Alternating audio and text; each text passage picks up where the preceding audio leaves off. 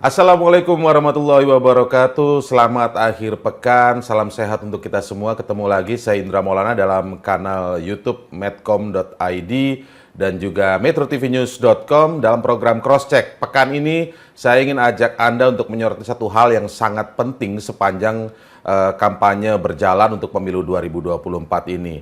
Ketika kita melihat fenomena soal bansos atau BLT atau apapun namanya yang pada intinya adalah soal bantuan sosial, ketika itu terjadi pada tahun-tahun politik atau menjelang tahun-tahun pemilu, itu selalu kita sudah dengar dari setiap pemilu ke pemilu sebenarnya.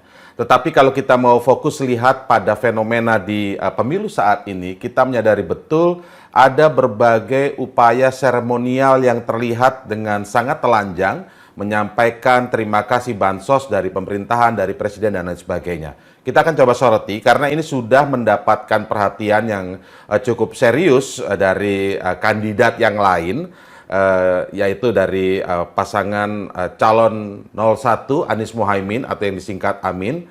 Ketua Tim Hukum Nasional Amin menyebutkan ini bisa masuk kategori tindak pidana korupsi. Tapi nanti kita akan coba cermati lebih detail yang dimaksud seperti apa. Kita sudah bergabung saat ini dengan Ketua Tim Hukum Nasional Amin, Ari Yusuf Amir, dan kita juga akan lihat nanti bergabung pengamat politik Profesor Ikrar Nusa Bakti. Assalamualaikum, Ikrar.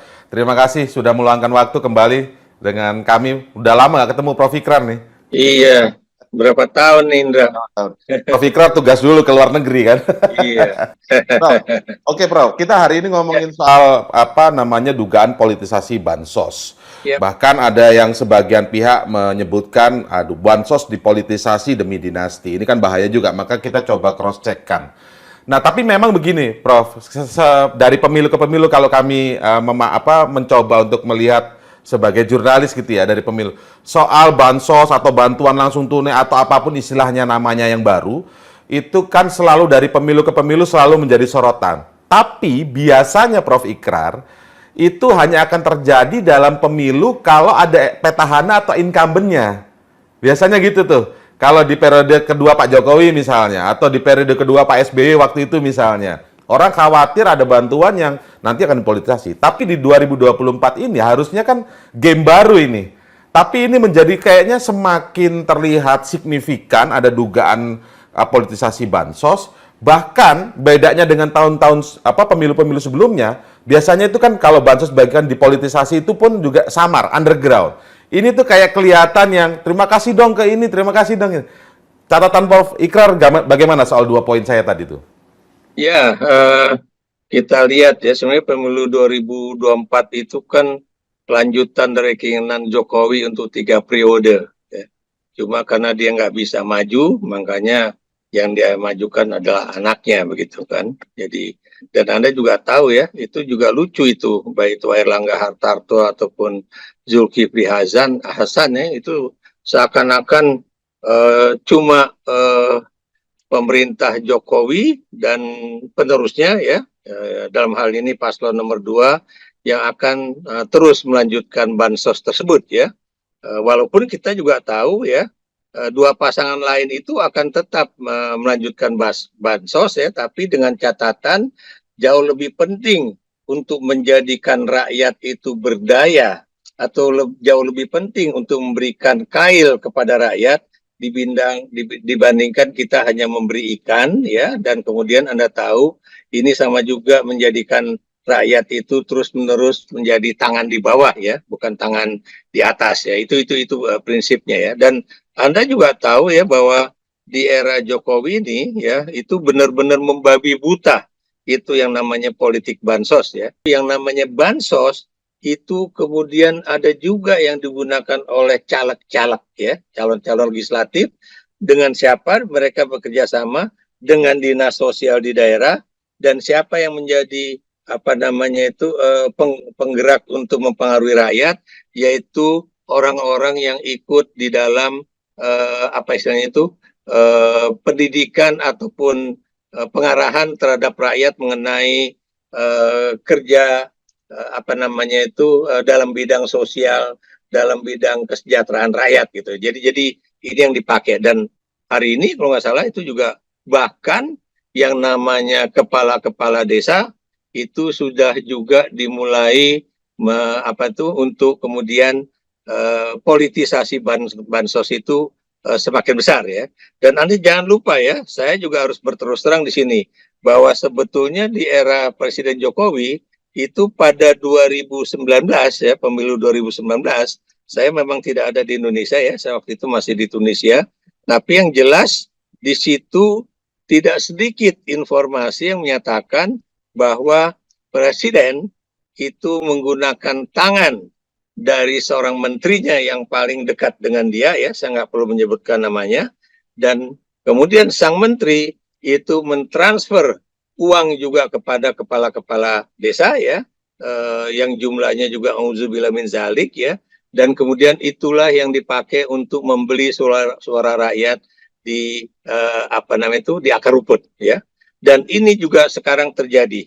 Jadi Bung Indra, kalau Anda lihat juga angka-angka bansos pada pemilu ya, baik itu pemilu 2019, 2024, 2014 dan sebagainya, itu akan sangat kentara yang namanya bansos pada era Joko Widodo di akhir masa jabatannya ini adalah yang terbanyak variasinya ya, dan juga terbesar jumlahnya ya.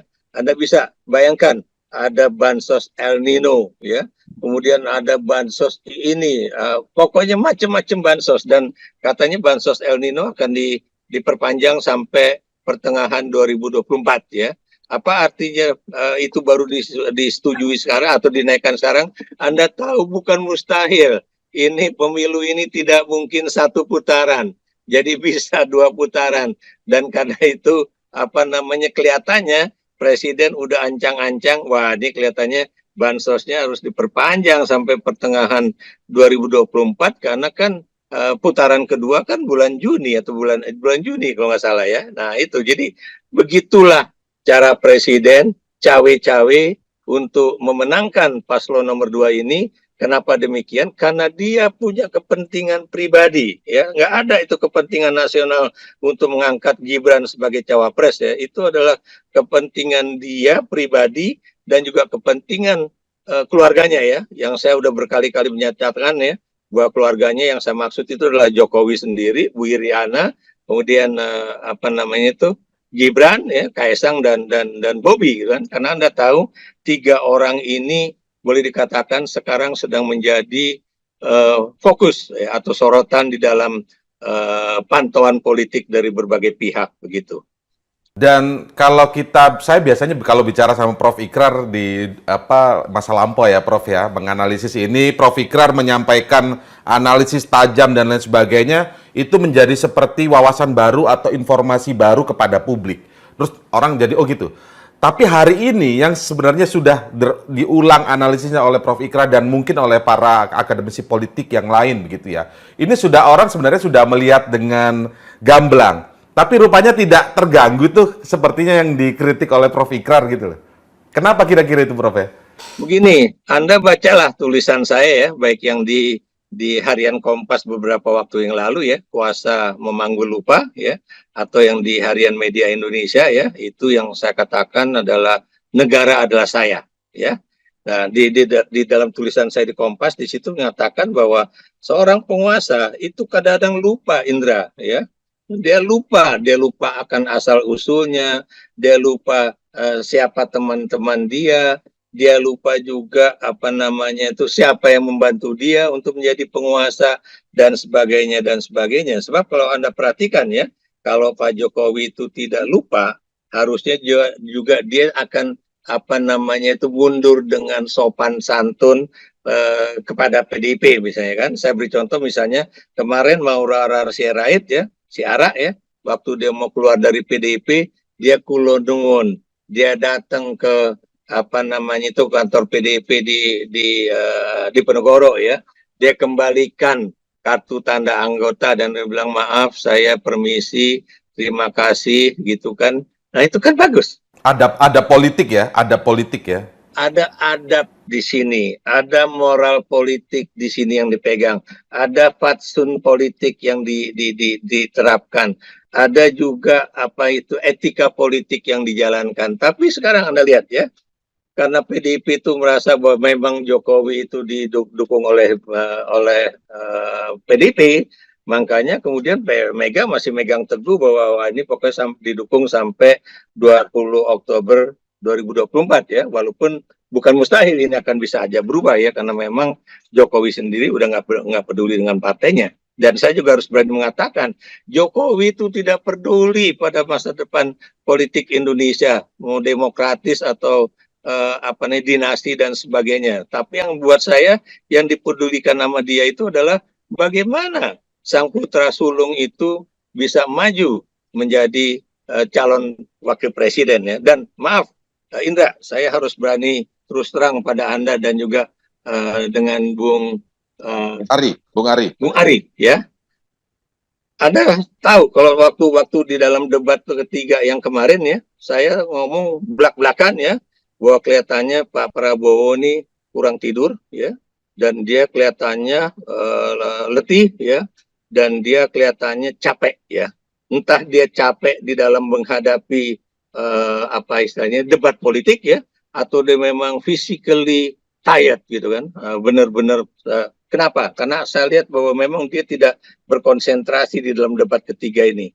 Apa yang ingin saya katakan? Saya khawatir Pak Prabowo itu walaupun tidak ada rekam jejak kesehatan yang diungkapkan ke masyarakat ya, bukan mustahil beliau itu memang benar-benar not only physically tired ya, tapi juga ada yang lain yang juga capek dia ya.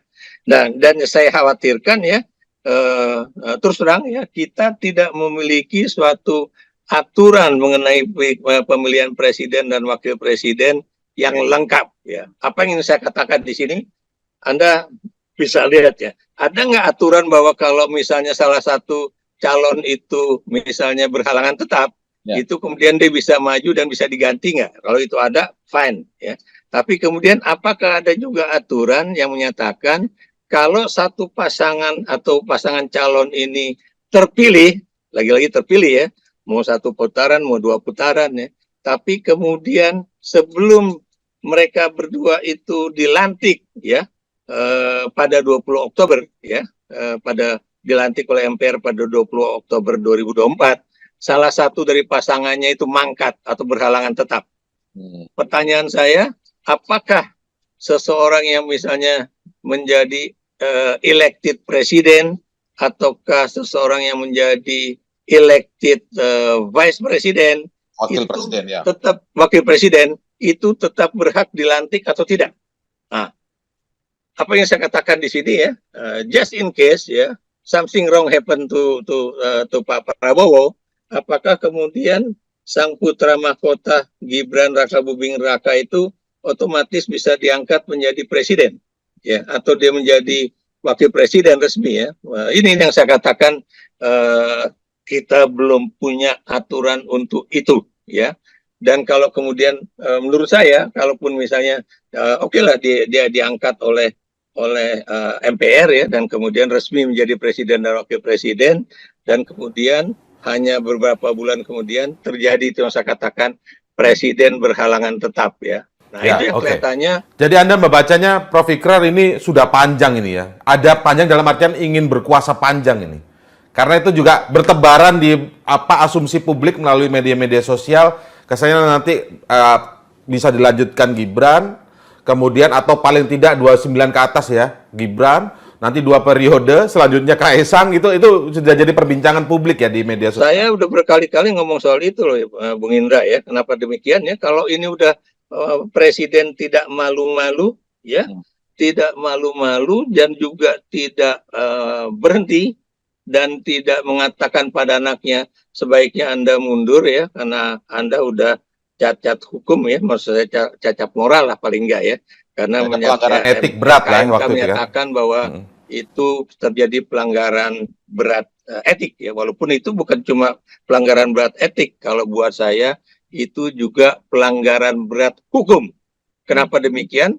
Karena pada simpulan-simpulan yang sebelum yang simpulan 90, kalau sudah dinyatakan bahwa Mahkamah Konstitusi tidak berhak membahas soal ini karena ini adalah open legal policy dan itu bukan ranah Mahkamah Konstitusi tapi ranah pembuat undang-undang yaitu Presiden dan DPR ya. Ini mungkin Bung Ari yang lebih tahu dari saya karena beliau ini saya lihat ini titelnya doktor dan juga sarjana hukum dan juga magister hukum ya. Nah, ini harusnya beliau nih apakah wacana saya itu apa ya ngawur gitu kan ataukah ini juga masuk akal begitu. Karena saya melihat seperti itu ya. Kita kadang-kadang apa namanya itu bukan ini nggak ngeh apa ya, tidak sadar bahwa ada kekurangan-kekurangan di dalam pasal-pasal di dalam Undang-Undang Mahkamah Konstitusi, pasal-pasal di dalam Undang-Undang pemilihan umum, termasuk juga pemilihan presiden dan wakil presiden ya. Saya sebagai pengamat politik tadinya Indra, saya itu berpikiran baik lah. Saya kadang-kadang suka komentar ke teman-teman yang apa itu ahli hukum tata negara. Lo kok gitu aja diributin sih, ngapain sih ya? Kayak misalnya ketika si Paman Usman ini menikah dengan adiknya Pak Jokowi ya, itu saya juga kesel juga sama teman-teman hukum ya. Ini apaan sih lo, orang ini masalah pribadi, orang nikah kok diributin. Dan saya tidak pernah menyangka, tidak pernah suuzon ya, bahwa one day itu yang namanya Joko Widodo akan menggunakan sang adik ipar atau lembaga yang namanya Mahkamah Konstitusi untuk kepentingan keluarganya ya. Itu makanya saya sekarang baru aware soal itu. Prof Ikrar tidak, kalau boleh saya sebagai sudut pandang jurnalis nih ngelihat, Prof Ikrar tidak salah. Karena sebelum-sebelumnya nggak ada yang pernah begitu, Prof. Nggak akan setelanjang itu lah paling tidak ya kalau ada kepentingan berjalan. Bahkan kalau tadi soal bicara politisasi bansos ya, kan sebenarnya ini kan juga setiap pemilu kan gitu, makanya saya singgung. Tapi Prof Ikrar tadi menyebut juga bahwa seremonial atau politisasi bansos hari ini yang paling ugal-ugalan gitu kan, Prof Ikrar. Tapi saya boleh kembali ke Pak Ari Yusuf Amir juga ya, karena kalau kita bahas soal MK tadi, sebenarnya di hati publik sisa itu masih penasaran kok bisa begini ya, kok bisa begini ya. Tapi kan selalu mendapat respon ya, kita selalu sering dengar juga dalam debat juga sampai debat ketiga pun jawabannya biarkan masyarakat yang memilih. Kan itu Pak Prof yang selalu dijawab. Itu terus terang itu suatu apa ya? Kayak misalnya ada kadabra gitu supaya diindranya lagi gue gini nih supaya dia apa namanya itu terbrainwash gitu kan. Tapi Anda jangan lupa ya, masyarakat juga harus diberitahu ya apa itu keburukan dari sebuah dinasti politik ya. Kalau memang sistem kita itu adalah republik dan demokrasi. Lain kalau misalnya saya tidak pernah mengkritik misalnya Kesultanan Ngayogyakarta ya, atau kemudian Kesunanan Solo ataupun dinasti-dinasti yang memang dari sananya memang sudah demikianlah adanya. Tapi kalau ini adalah suatu sistem demokrasi, disinilah yang saya ribut gitu. Jadi ini yang selalu saya pertanyakan. Anda bisa bayangkan tadi saya bilang, sekarang Gibran, nanti habis itu Bobi, habis itu Kaesang, habis itu Yan Etes. Mau dikemanakan Republik ini kalau satu keluarga yang tadi saya katakan sekarang ada 5 orang itu bisa kemudian mempengaruhi rakyat Indonesia yang 270 juta orang itu untuk kemudian tidak berani mengatakan tidak kepada penguasa. Dan inilah kalau sudah demikian, hilanglah kedaulatan rakyat itu. Makanya saya selalu berkampanye untuk memberikan keberanian kepada para pemilih untuk berani memilih walaupun ditakut-takuti soal bansos, ditakut-takuti soal ini itu, bahwa buat saya semuanya itu nonsens. Yang ada itu adalah pemerintahan siapapun yang akan terpilih pasti tentunya akan berupaya memberikan yang terbaik pada rakyat.